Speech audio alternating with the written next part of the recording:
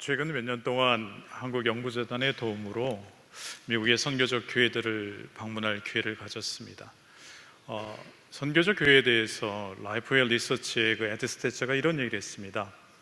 후기 세속사회에서 부흥성장하는 교회는 선교적 교회밖에 없을 것이다, 이런 이야기를 했습니다. 선교적 교회가 무엇인가 라고 할 때 선교를 더 잘하자, 이런 교회가 아니라 교회는 무엇인가, 그 교회의 정체성과 본질을 찾으려고 하는 교회들의 모습입니다. 그런데 이 선교적 교회들을 찾아다니면서 알게 된 것이 있습니다.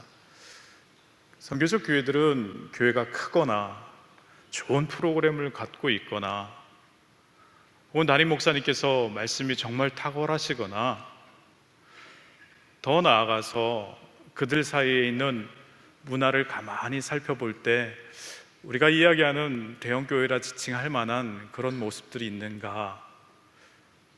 놀랍게도 그와 같은 것들로는 공통 분모로 엮여지지가 않았습니다. 그들 교회를 한마디로 묶을 수 있는 단어들이 무엇인가? 그 교회들은요, 사람과 사회를 바꿀 수 있는 그 복음의 능력에 집중하는 교회들이었다라는 것입니다. 복음의 능력에 집중하는 모습들은요, 어떻게 나타나는가 살펴보았더니 놀랍게도 복음을 기반으로 한 교인들의 정체성 교육에 정말 매진합니다. 더 나아가서 일상의 삶이 복음에 합당한 신실한 삶을 살아가도록 서로 독려하고 또 그 부분에 대한 간증들이 넘쳐납니다. 교회가 그러다 보니까 지역사회에서는 없어서는 안 될 꼭 필요한 그러한 교회들의 모습으로 보여집니다. 그렇게 복음의 핵심 가치를 찾아서 실현하려고 하는 그런 교회들의 모습에 있어서 저에게 가장 가슴에 와닿았던 것 가운데 하나가 이 복음의 유창해지기란 단어입니다. 오늘 말씀 여러분은 보통 개역개정판으로 예배 시간에 읽을 터인데 세 번역까지 2번 읽었습니다. 오늘 말씀 에베소 4장 15절 말씀 보면은요, 오직 사랑 안에서 참된 것을 하여, 이렇게 말씀이 시작됩니다. 이 알라세온테스라고 하는 이 진리에 관련된 이 말씀이 두 가지로 해석됩니다. To be true, 또 하나는 speaking the truth.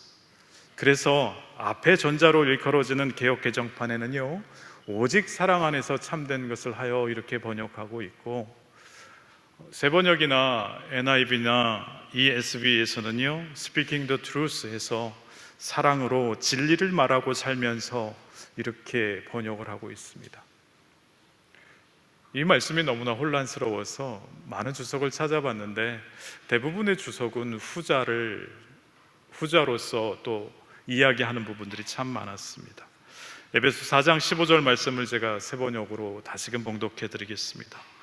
우리는 사랑으로 진리를 말하고 살면서 모든 면에서 자라나서 머리가 되시는 그리스도에게까지 다다라야 합니다. 그리고 여기서 진리는요, 4장 21절에 나오는데 진리가 예수 안에 있는 것 같이 라고 일컬어집니다. 즉 예수 그리스도의 복음을 일컫는다는 것을 알 수 있습니다. 미국의 선교적 교회들을 다니면서 그 교회 교인들의 모습이 서로가 서로에게 복음을 선포하고 서로가 서로에게 복음을 알게 하려는 모습들이 넘쳐났습니다. 사진 하나 보실 터인데요, 제가 그 타코마 지역의 소마 커뮤니티 처치를 찾아갔을 때입니다. 담임 목사님 말씀 전에 성찬식을 떡잔을 받고 다들 일어나서 어디로 갑니다. 각자 소그룹을 찾아가는 거예요. 소그룹을 찾아가서 15분 동안 이렇게 말씀을 나누는데 저도 얼떨결에 어떤 소그룹에 속하게 되었습니다. 그런데 거기서 여러분 눈에 이 노란 모자를 쓰신 분이, 맨 앞에 계신 까만 모자 쓰신 분 뒤에 노란 모자 쓰신 분이 한 분 더 있습니다. 덩치가 커서 안 보이는 거예요. 근데 그분이 나눔을 하는 시간인데 변호사가 필요한 얘기를 했습니다. 정말 좀 심각한 이야기인데 거기 같이 소그룹에 계시던 분들이 돌아가면서 한마디씩을 이렇게 말씀을 주는 거예요. 제가 말씀을 듣다가 약간 의아했습니다. 그냥 평범한 교인들이 한 말씀 한 말씀 주고 가는 그 말씀이 놀랍게도 성경 말씀이었습니다. 목사로서 좀 충격적이었습니다. 나는 내가 마음 가운데 품고 외우고 있는 말씀이 몇 개나 되는가? 정말 변호사에게 어떤 변호사를 소개시켜 줄까? 이렇게 대화가 이루어져야 될 그런 상황 가운데에서 교인들 한 분 한 분이 정말 그 사람에게 가장 알맞는 말씀을 한 말씀씩 주고 지나갔습니다. 저는 미국에서 백인 청년이 그냥 나눈 가운데 눈물이 그렁그렁하고 울려고 하는 모습을 처음 봤습니다. 바울은 우리가 그리스도에게 이르기까지 성장하기 위해서는 예수님에 대한 진리, 즉 그 복음을 들어야 하고 모든 삶에 그 진리를 적용하는 방법을 익혀야 한다고 우리들에게 말씀하고 있습니다. 우리는 많은 경우 복음이 아닌 다른 것을 다른 사람들에게 참 많이 줍니다. 다른 사람 이야기가 아니고 제 이야기입니다. 학생들이 상담하러 꽤 많이 찾아옵니다. 그럴 때마다 그들에게 주는 것, 복음이 아니라 이 문제를 이렇게 해결하면 좋겠다, 이런 이야기 드릴 때가 참 많습니다. 그런데 여러분, 우리는 너무나 많은 경우에 어떤 질문에 대한 답으로, 어떤 문제에 대한 해결책으로 예수님이 아닌 다른 것을 주려고 노력할 때가 참 많이 있습니다.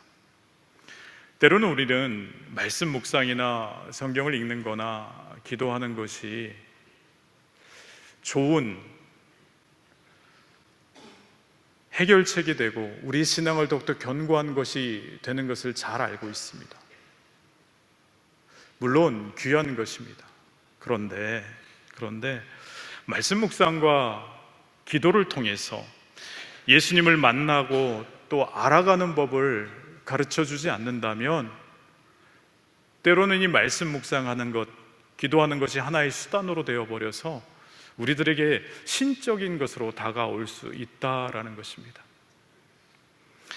여러분, 우리가 그리스도에 대한 진리가 아닌 것들로 서로가 서로를 권면한다면, 그것으로 성장시키려고 한다면 우리는 오히려 서로를 그리스도에게서 멀어지게 만들 수 있습니다. 그렇다면 어떻게 우리는 왜 복음을 말하지 않을까요? 시애틀에 가서 그 서머 커뮤니티 처치의 성인 교육을 담당하는 목사님을 어렵게 만났습니다. 목사님이 저에게 이런 말씀을 해주셨어요. 복음에 대해서 가르칠 때 100대 2의 법칙을 잊지 마십시오. 그게 무슨 이야기입니까? 이렇게 물어봤어요. 복음에 대해서 100번을 가르쳐주면 2번을 알아듣는다, 이렇게 이야기하더라고요. 제가 바로 반문했습니다. 100대 20이 아니고 100대 2입니까? 네, 100대 2가 맞습니다. 복음은 우리 본성에 거스르고 있는 것이 많은 것 같습니다. 이렇게 이야기합니다. 많은 그리스도인들이 복음을요, 영혼을 구원하는 능력으로 우리가 믿고 알 뿐 삶을 변화시키는 능력으로 경험하지 못하고 있다, 이렇게 이야기합니다. 로마서 1장 16절 말씀에 내가 복음을 부끄러워하지 아니하노니 이 복음은 모든 믿는 자에게 구원을 주시는 하나님의 능력이다. 그런데 우리는 이 말씀을요, 이 복음은 모든 믿는 자에게 구원만 주시는 하나님의 능력이다 라고 우리는 해석하고 살아가고 있는 것은 아닌가 생각해 볼 필요가 있습니다. 때로는 제 자신에게도 이 복음이 지옥 면죄부로서, 천국 가는 티켓으로서만 작동하고 있는 것은 아닌가 되돌아볼 때가 참 많이 있습니다. 복음이 나를 지옥에서 구출해 줄 능력은 있어도 내가 지금 처한 상황, 이 일에서 구출해줄 능력은 없다라고 생각하는 것은 아닌가 되돌아볼 때가 참 많이 있습니다. 예수 그리스도께서 이미 죄와 사망과 사탄의 권세를 이기셨다면 그 승리는 우리의 사후에만 필요한 것이 아니라 오늘 이 땅을 살아가는 지금 이 시간 우리 일상의 삶에 있어서도 우리를 변화시키는 능력이 되는 줄 믿습니다. 예수님에 대한 진리가 우리의 삶과 구체적인 상황에서 적용되지 않는다면 우리들이 듣는 그 좋은 소식 복음은 복음이 아니게 되는 것입니다.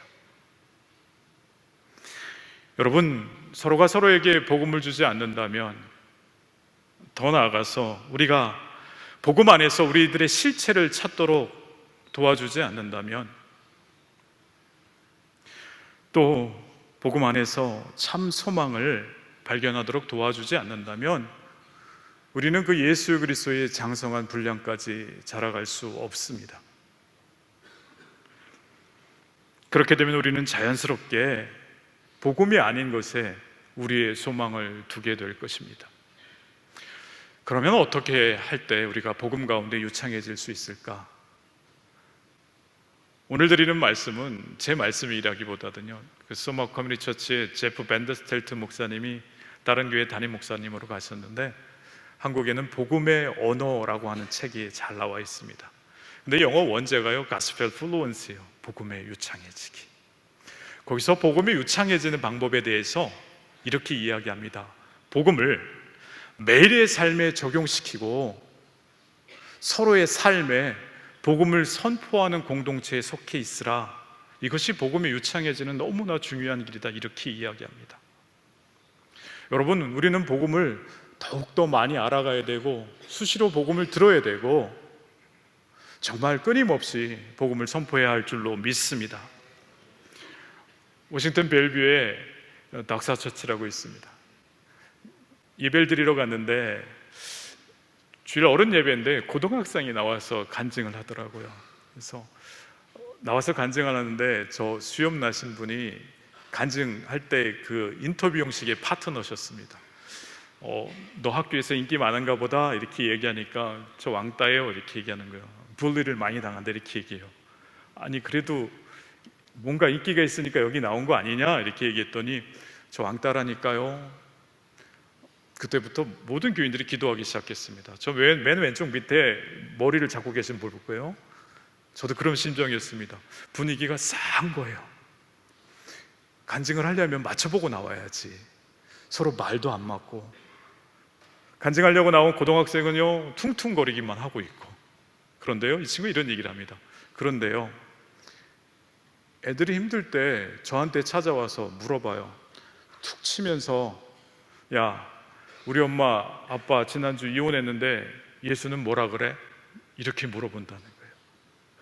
그러면 그때 자기가 알고 있는 예수님에 대해서 차근차근 설명을 해준대요. 그러면 가만히 들고 있다가 한 대 툭 치고 간대요. 다음 달 되면 또 다른 친구가 와서 야, 너 누구한테 무슨 얘기 했다며? 이런 문제가 있는데 예수는 뭐라고 해? 이런 식으로 물어본대요. 간증을 하는 중에 물어봤습니다. 그 친구들은 뭐해요? 하니까 저 친구가 오른손을 들어서 이렇게 이야기합니다. 이 친구들 여기 다 있어요. 수십 명의 친구들이 자리에 일어나서 박수를 치더라고요. 여러분, 복음의 능력이 있습니다. 결국 복음이 우리 일상의 언어가 되게 함으로 복음의 진리가 우리의 생각과 신념과 그리고 행동에 적용함에 따라 날마다 우리는 새로워질 수 있는 은혜가 넘쳐나는 줄로 믿습니다. 그렇게 복음이 유창해지게 되면 하나님께서 우리에게 내려주신 더 큰 은혜가 있습니다. 그런 사람들 본인이 그 본인들의 삶도 점점 바뀌어져 나갈 수 있다라는 것입니다. 우리가 삶의 모든 방면에 그 적용되는 그 복음의 진리를 알게 되고 적용하게 될 때 우리를 끝까지 그 복음이 우리가 그리스도의 장성한 분량까지 성장하게 될 때까지 인도해 나가실 줄 믿습니다. 그렇게 많은 선교적 교회들을 몇 년에 걸쳐서 탐방을 하게 됐어요. 이제 교회를 탐방하게 되면은 교회를 보러 와요? 알고 싶어서 와요? 이렇게 물어봅니다. 보러 오면은 그냥 소개만 해주고 끝나지만 알고 싶어서 갑니다 하면은 일주일 넘게 같이 묵으면서 교육자들도 만나고 평신도들도 만나고 인터뷰도 하고 그 프로그램들을 같이 경험하게 됩니다. 갔다 와서 제가 마음 가운데 결단하는 것이 있었습니다. 많은 선교적 교회들은 정말로 지금 이 시간에도 하나님께서 역사하고 계시다라는 것을 굳게 믿고 우리 교회에 아니면 나에게 가장 급박하게 우리 교회가 감당하길 원하시는 부분이 무엇인가를 기도하면서 그것을 분별해냅니다. 그리고 분별된 것에 순종하고 그것에 정말 하나님의 그 역사 가운데 하나님 나라에 참여하는 심정으로 아주 겸손히 그 일들 가운데 참여하는 모습을 보게 됩니다. 한국에 돌아와서 겸손하게 주님, 제가 대학 교수로서 또 목사로서 감당할 일이 무엇입니까? 저한테는 돈도 없고 또 목회 현장에 있어서 같이 움직일 교인들이 있는 것도 아닙니다. 이렇게 기도했는데 어느 날 다문화 가정들을 굉장히 많이 만나게 해주셨습니다. 우연히도 만나게 해주고 마음 가운데 계속 생각이 나게도 해주고, 그래서 상주 다문화 센터를 찾아갔습니다. 여러분, 정말 안타까운 것은 우리나라에 200여 개가 넘는 다문화 센터가 있는데 대부분이 불교나 천주교에서 운영하고 있고, 교회가 그 다문화 센터를 직접적으로 운영하고 있는 것은 우리 통합측교단의 상주교회밖에 없습니다. 그 교회 가서 다문화 가정의 그 어머니들, 결혼 이주 여성들을 만나게 됐어요. 제가 힘은 없고 근데 꼭 뭐를 하고 도와드리고 싶은데 뭘 도와드리면 좋겠어요? 이렇게 물어봤더니요, 우리 애들한테 좋은 멘토가 되는 형, 누나, 오빠를 만날 수 있게 해달라고 이렇게 부탁을 하셨습니다. 그래서 제가 대학생들이 주축이 되는 영어 캠프, 여기 하면 학생들이 올까요? 했더니 안 갈 거래요. 왜냐하면 그 대학생 형아 누나 엄마 아빠도 다 대한민국 사람 아니냐 이렇게 이야기합니다. 아니, 국적이 대한민국이잖아요. 그랬더니 아니라는 거예요. 그러면 외국 분들이 와서 영어 캠프 한번 와주실래요? 했더니 안 가겠대요. 그래서 마지막으로 혹시 그러면 1.5세들이 하는 영어 캠프 한번 와줄래요? 이렇게 물어보는 거예요. 1.5세가 뭐예요? 라고 물어보는 거예요. 예, 설명을 해드렸습니다. 부모님의 이사 때문에 해외에 나가서 때로는 인종적인 차별을 겪기도 하고 이러한 친구들이라고요. 그랬더니 어머니들이요, 한번 가도록 노력해 볼게요 해서 3년 동안 영어 캠프가 진행됩니다. 그런데 놀랍게도 올해 영어 캠프 마치고 나서요, 그 어머니들이 이렇게 저한테 얘기하시는 거예요. 드디어 이제 믿을 수 있게 됐다. 놀랍죠? 그분들은 3년을 지켜본 거예요. 그런데 제 영어 캠프를 감당할 때요, 아주 놀라운 일들이 있었습니다. 예산도 없고 또 감당할 사람들도 별로 없는데 1.5세들을 어떻게 모을 수 있을까? 무작정 LA로 갔습니다. 가서 몇 사람들에게 얘기했더니요, 놀랍게도 20명이 넘는 친구들이 자기 1년의 휴가를 쪼개서 그리고 비행기 싹을 마련해서 숙식을 할 것까지 준비해서 한국에 와주었습니다. 저 친구 중에 한 여자친구는 파일럿입니다. 자기는 여기 오고 싶어서 한 달 동안 비행 스케줄을 조정해서 시카고에서 화물기를 몰고 인천공항으로 왔습니다. 내려놓고 섬기고 또 갔어요. 제가 붙잡았어요. 너는 왜 왔니? 에이, 그냥요. 왜 왔어? 그랬더니 교회 다 오잖아요. 정말 그것 때문에 온 거야? 그랬더니 지나가면서 씩 웃으면서 얘기 한마디 하더라고요. 복음 때문에요. 제가 굉장히 충격을 받았습니다. 복음의 능력이 있음을 너무나 잘 알고 있고, 같은 처지에서 그 어려움을 겪고 있는, 때로는 굉장히 많은 차별을 받고 경제적인 어려움 가운데 있는 다문화 가정의 아이들이 주님을 깊이 만나는 시간이 되었으면 하는 그런 마음이 넘쳐났던 것 같습니다. 놀랍게도 그 친구들이 미국에 돌아가서요, 또 돈을 모아서 겨울에는 저 친구들을 미국에 초청했습니다. 14박 15일. 올해도 누군가가 돈을 채워주셔서 또 갑니다. 여러분, 오늘 말씀이요, 알레세원테스, 참된 것을 하는 것, 또 하나는요, 진리를 말하고 살아가는 것. 복음을 매일 삶에서 적용해 나가는 것은 참된 것을 하는 것 같습니다. 또 그 알게 된 복음을 선포하는 공동체에 속함으로 함께 하게 되는 것, 이것이 진리를 말하고 사는 모습인 것 같습니다. 복음에 유창해질 때 참된 것을 하는 신실한 우리의 삶이 동반되어야 할 줄로 믿습니다. 진리대로 사는 그 삶을 통해서 그 복음을 말하게 되는 은혜의 역사가 우리 안에 가득 차야 할 줄로 믿습니다. 말씀을 정리하고자 합니다. 미슬라브 볼프가 광장에선 기독교에서 이런 이야기를 합니다. 우리는 이 땅의 문화를 지배하려고 해서도 안 되고, 포기해서 하려고 해서도 안 되고, 참여해야 된다. 즉, 떠나지 않으면서 다르게 살아야 한다, 이렇게 이야기하고 있습니다. 오늘 예배 가운데 참석하신 모든 분이 주님의 복음에 더욱더 유창해지는 분들 되길 주의 이름으로 축원드립니다.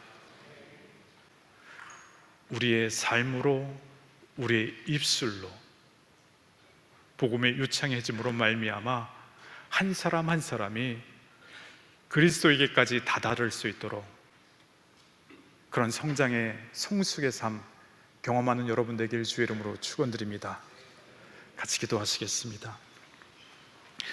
사랑의 아버지 하나님, 때로는 느리지만, 때로는 답답해 보이지만 신실하게, 더욱더 예의 있게 우리의 삶이 복음대로, 예수 그리스도의 진리대로 살아가는 삶 되길 소망합니다. 조급함을 내려놓고 우리의 삶으로 보여지는 그러한 삶 살아갈 수 있도록 은혜 더하여 주시옵고, 우리가 기회를 주실 때마다 우리 입술을 열어 복음을 선포하고 주의 말씀을 전할 수 있는 은혜 또한 허락하여 주시옵소서. 사랑이 많으신 예수님의 이름으로 기도드리옵나이다.